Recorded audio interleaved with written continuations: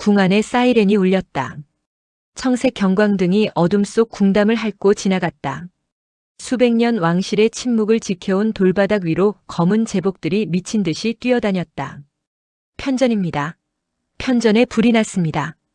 붉은 불길이 밤하늘을 집어삼키고 있었다. 검은 연기가 용처럼 치솟았다. 사람들이 비명을 질렀다. 대군마마께서 안에 계십니다. 물이요. 물 가져오세요. 그러나 그 순간 누군가 불길 속으로 뛰어들었다. 자가 성희주였다. 도혜정이 기겁하며 붙잡았다. 아가씨, 안 됩니다. 나요. 성희주의 눈이 완전히 돌아가 있었다. 눈물도 없었다. 겁도 없었다. 그저 단 하나. 이한대군. 그 사람만 있었다. 저 사람 안에 있어요. 성희주는 그대로 도혜정 손을 뿌리쳤다. 불길이 그녀의 실크 치맛자락을 집어삼켰다. 편전 안은 지옥이었다. 타들어가는 목재 냄새, 뜨거운 재, 무너지는 천장, 그리고 그 한가운데 피를 흘린 채 쓰러져 있는 이한대군이 있었다. 성희주의 숨이 턱 막혔다. 자가, 이한대군의 손끝이 미세하게 움직였다. 성희주는 울음 섞인 숨을 삼키며 무릎으로 기어갔다. 눈 떠봐요, 제발. 희주.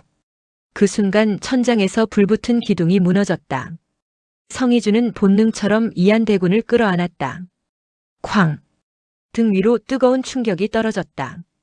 비명이 터졌지만 성희주는 끝내 그를 놓지 않았다. 누가 좀. 밖에서 최현과 김영문이 뛰어들어왔다. 마마. 대군마마. 최현은 이를 악물고 무너진 기둥을 밀어냈다. 김영문이 소리쳤다. 살아계십니다. 성희주의 손은 새까맣게 그을려 있었다. 하지만 그녀는 계속 이한대군 얼굴만 붙잡고 있었다. 괜찮아요, 괜찮을 거예요. 마치 자신에게 주문이라도 거는 사람처럼. 왕실 치료실. 새벽 4시. 모든 게 조용했다. 사람들은 숨조차 죽이고 걸었다. 성희주는 치료실 앞 의자에 멍하니 앉아 있었다. 양손에 붕대가 감겨 있었다. 도혜정이 조심스럽게 말했다. 좀 쉬셔야 합니다. 앉아요. 아가씨. 저 사람 눈 뜰 때까지. 쉰 목소리였다. 도혜정은 더 이상 말을 잇지 못했다. 그때 치료실 문이 열렸다. 최연이었다. 깨어나셨습니다. 성희주는 그대로 뛰어들어갔다. 침상 위 이한대군은 산소호흡기를 단 채 누워 있었다. 창백했다. 하지만 살아있었다.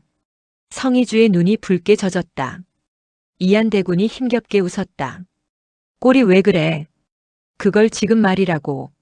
이한대군은 천천히 손을 뻗었다. 성희주가 떨리는 손으로 그 손을 잡았다. 왜 들어왔어? 죽을까봐. 그 한마디에 이한대군 눈빛이 흔들렸다. 성희주는 결국 울음을 터뜨렸다. 당신 진짜 죽은 줄 알았단 말이에요. 이한대군은 오래 바라봤다. 그리고 낮게 말했다. 사랑해. 성희주의 숨이 멎었다. 한 번도 제대로 말한 적 없었네. 사랑해, 성희주. 결국 성희주는 그의 손등에 얼굴을 묻고 흐느꼈다. 한편 민정우는 총리실 비밀 브리핑룸에서 CCTV 자료를 보고 있었다. 화재 직전 편전에 드나든 인물들, 그리고 삭제된 출입 기록. 조민영이 조용히 말했다. 누군가 의도적으로 기록을 지웠습니다. 궁 안 사람이라는 뜻이군. 민정우 눈빛이 싸늘해졌다. 화면이 멈췄다. 검은 복장의 남자 하나. 그리고 윤성원의 수행비서. 민정우가 이를 악물었다. 드디어 꼬리가 잡혔네. 그 순간 전화가 울렸다. 발신인은 윤이랑. 민정우는 천천히 전화를 받았다. 예, 데비마마. 전화 너머 윤이랑 목소리는 서늘했다. 총리. 사람은 줄을 잘 서야 오래 사는 법입니다. 민정우 눈빛이 흔들렸다. 협박이십니까? 충고입니다. 전화가 끊겼다. 조민영이 조심스럽게 물었다. 어떻게 하시겠습니까? 민정우는 천천히 눈을 감았다. 그리고 중얼거렸다. 이제 끝내야지. 윤희랑은 데뷔전에서 홀로 차를 마시고 있었다. 불길이 번지는 편전이 TV 속 속보로 흘러나왔다. 그녀는 무표정했다. 임선아가 떨리는 목소리로 말했다. 예상보다 일이 커졌습니다. 윤희랑은 조용히 찻잔을 내려놓았다. 왕실은 원래 피를 먹고 유지되는 겁니다. 마마. 이하는 너무 물렀어.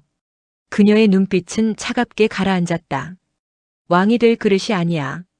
그 순간 문이 열렸다. 성희주였다. 윤희랑 눈이 천천히 올라갔다.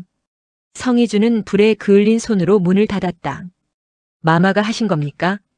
임선아가 놀라 막아서려 했지만 윤희랑이 손으로 제지했다. 증거 있느냐? 성희주가 웃었다. 하지만 눈은 전혀 웃고 있지 않았다. 곧 생길 겁니다. 윤희랑은 처음으로 성희주를 똑바로 바라봤다. 평민, 재벌, 천박한 신분. 그렇게 생각했던 여자가 지금은 궁 전체를 뒤흔드는 폭풍처럼 보였다. 성희주가 낮게 말했다.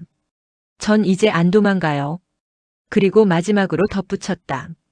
자가 옆에 있을 거니까. 민정우는 기자회견장으로 향한다. 손에는 윤성원 비자금 파일, 왕실 출입 기록, 선왕 사망 관련 극비 의료 자료까지. 조민영이 불안하게 말했다. 이걸 공개하면 총리님도 끝입니다. 민정우는 피식 웃었다. 알아요. 엘리베이터 문이 열린다. 수백 개 플래시가 터진다.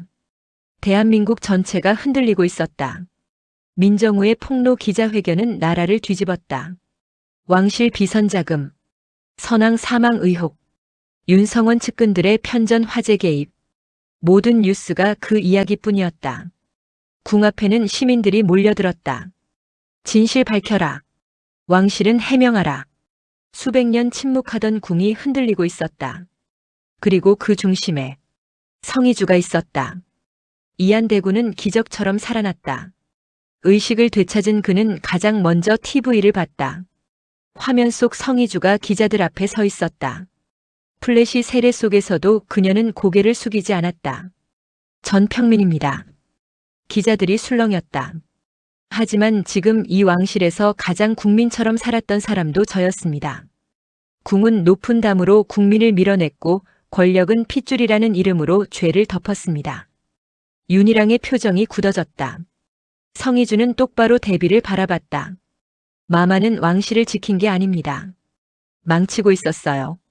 순간 장내가 얼어붙었다. 윤희랑은 끝내 아무 말도 하지 못했다. 그날 밤 윤희랑은 홀로 선왕의 사진 앞에 앉아 있었다. 궁은 텅 비어 있었다. 그녀는 처음으로 지친 얼굴이었다. 전하 제가 틀렸습니까? 임선아가 조용히 들어왔다. 모든 조사 결과가 나왔습니다. 윤희랑은 한참 침묵했다. 내가 지는구나. 그 말은 이상하게도 슬펐다. 괴물처럼 군림했던 사람이 아니라 너무 오래 권력에 갇혀버린 인간의 목소리 같았다. 윤성원은 체포됐다.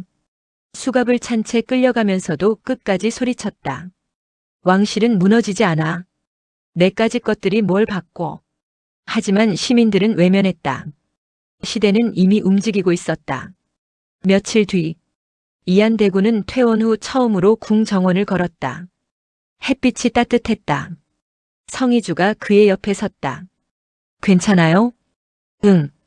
이한대군은 잠시 하늘을 올려다봤다. 처음이다. 뭐가요? 살아도 될 것 같은 기분. 성희주 눈가가 붉어졌다.